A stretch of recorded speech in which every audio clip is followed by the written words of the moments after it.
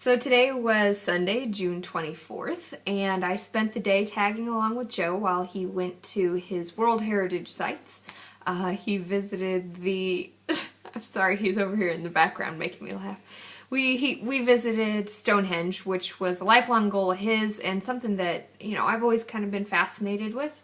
It was really interesting to see them in real life, and it was kind of moving, to see that the surrounding landscape where they're in, and there's interstate and the cars are going by, but then you have this piece of ancient history that there's still so many questions associated with, that it was really, really interesting to be there and see the Druid ceremony, which was, yeah, it was interesting. It's great that the Druids have that opportunity to go and be in touch with their Druid selves. So that was really enjoyable. And then we took off and went to the American Museum. And that was really, really fun, surprisingly. I thought it was going to be kind of a, throwaway stop, but it was a lot of fun. The information was presented very factually. There were only a few things that I thought were wrong. Their horseshoes were hanging upside down, so their luck was all running out. Need to fix that. But, period pieces, there were costumes for kids to dress up in, there were things for pretty much anybody. My only critique would be I wish that there was information in the museum after the Civil War. That would be something that would be pretty beneficial. We've had a lot happen since then, but it's very, very small museum, kind of in the middle of nowhere, and I could see how it would be very difficult for them to get enough funds to do expansions. Also, it's set in a guy's manor, so there's a finite amount of space that they have to put things in. Then after that, we booked it down to Bath and checked out the Roman baths, and Bath is a lot bigger than what I thought. I don't know if I've just been spoiled by all the smaller towns that we've been in, but Bath was probably a regular city. The architecture is totally different. The houses are all row houses, and it's not just straight rows. They're curving with the streets and with the topography, and there's these skinny little houses that are very, very deep and tall. So a house might be, or I guess a condo, I guess would be the closest thing to what it is, would be maybe 4 stories tall, but maybe only 40 feet wide. So it was pretty narrow.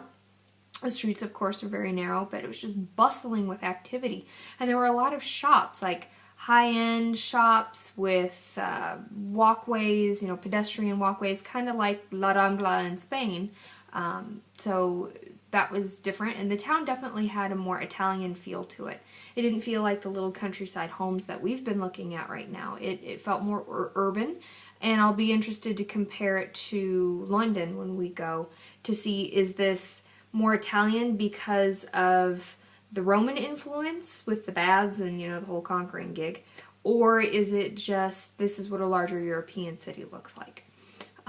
We toured the bath and pump house and got to see a really nicely preserved Roman bath. It was interesting going to Rome and seeing the baths in Rome and then seeing the baths here. The English kind of had a more, American point of view towards how their items were presented. If this museum were in Rome, people would be climbing all over everything, touching everything, wading in the water, having a picnic in the under the porticos, that kind of stuff. But here it was more, don't touch, or things were cordoned off, or there were sensors attached to things. So that was a different approach. And I kind of wonder why. What's the difference between the Roman point of view and the English point of view, as far as their ruins and that kind of thing? But probably because England doesn't really have that many ruins of Roman origin, so they really want to preserve what they have, but that's just my guess. So we spent about an hour and 15 minutes there, and could have spent a lot longer. It would be a great place to take kids and take them on the same audio tour, because there's an adult audio tour, there's an author audio tour, and then there's a kids audio tour from the point of view like cartoon characters. So it's telling the story of the people who would be at the bath as if they were these various cartoon characters. So that was a really nice touch to make it more family friendly. we left, drove home, you know, kind of dragging on the way back. It was quite a ways, but you know, that's what happens when you're trying to see everything that you possibly can. So tomorrow we head to the University of Worcester to see some student teaching presentations, and then we hop a train and go to London. So our adventures are about to change.